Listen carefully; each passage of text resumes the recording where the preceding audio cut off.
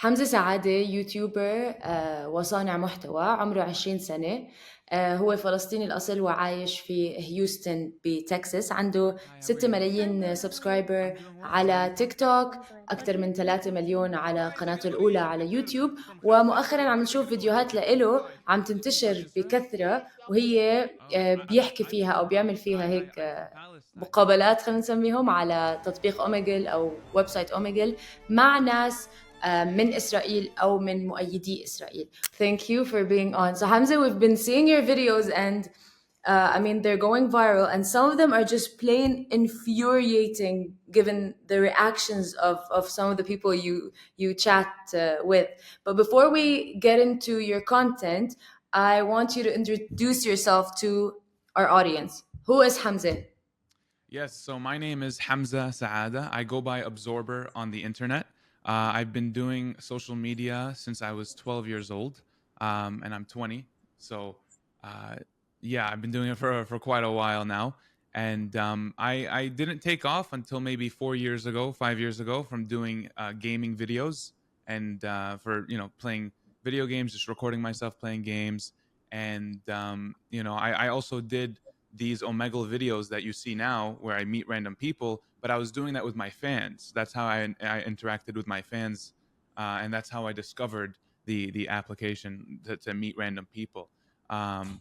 And that's when I met Israelis, and then that's how those videos formed. You live in Houston, and I think it's interesting to see Palestinians living abroad. I mean, how do you think the general tone regarding the Palestinian Israeli so called conflict is in your community? Are people finally waking up to the truth, or Yeah, is there a yeah. lot of information? Yeah, so even before October 7th and all of what's going on right now, Houston has had they always we'll have protests for Palestine, and they have a pretty big PYM group here, which is the Palestinian Youth Movement, and they also have Students for Justice in Palestine. They have those groups as well, and they've had those for years, not only in Houston, not only in Texas, around the USA actually. So but it's 100, it's very different now with what's going on 100% with social media and everything like that. There haven't there have been people that didn't even know what Palestine was, and now with everything going on, it's definitely made an impact.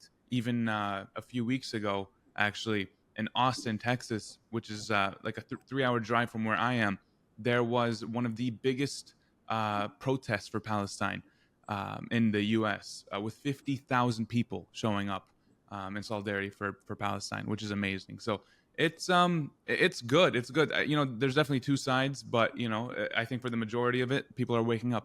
What inspired you to kind of focus on interviewing Israelis or Israeli supporters? I mean, you do video gaming content and you have your channel and it has tons of followers on YouTube, but then you created this specific YouTube channel for these videos recently and you've been focusing more on them. What was the trigger? What was the first time? When was the first time that you thought, "Oh, okay, so I'm going to do more of this?" Yeah, so I went on that same application where I meet my fans, and I happened to come across an Israeli soldier. That I'm sure that's one of the most popular videos that I've posted since everything in October 7th. But so yeah, after posting that video, I didn't plan on posting anything after that. I mean, obviously I would post here and there, but it wasn't a plan. I had nothing set to do, but I received so many messages after that video saying they didn't even know what Palestine was, and because of my video, they figured out what Palestine was. I had people that did know what Palestine was, but they were supporting Israel and they had misinformation. And my video kind of helped them understand better, who is actually in the right, which is Palestine and Palestinians, of course. So that is what not only that video is doing, but all of my videos. It's kind of educating people. I also, on my live streams, I talk about in detail what has been going on in Palestine for the past, who knows how many years, 75 plus years, and I think that's why I do this. It's because it's opening the eyes to many people, And I love getting those messages, and inshallah, I keep getting people like that. And do you think that I mean, do you fear for your safety sometimes?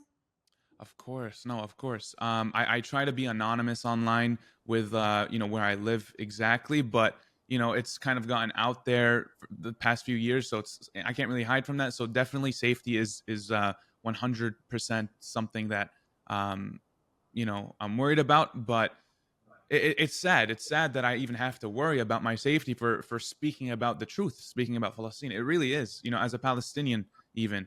Um, so I am, but as long as I'm speaking the truth, I'm satisfied.